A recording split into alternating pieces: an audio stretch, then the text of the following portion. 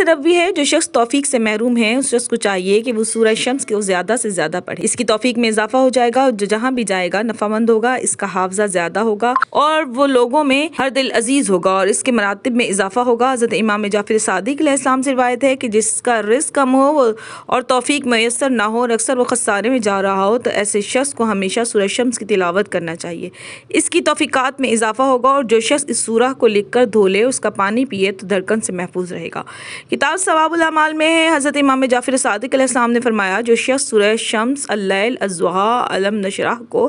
دن یا رات میں پڑھے تو کائنات کی ہر موجود چیز حتیٰ کہ اس کا اپنا گوشت پوشت قیامت کے دن اس کے حق میں گواہی دے گا اور اللہ ان کی گواہی کو قبول کرتے ہوئے حکم دے گا کہ میرے بندے کو جنت میں لے جاؤ تاکہ وہ جس جنت کو چاہے اپنے لیے اختیار کرے۔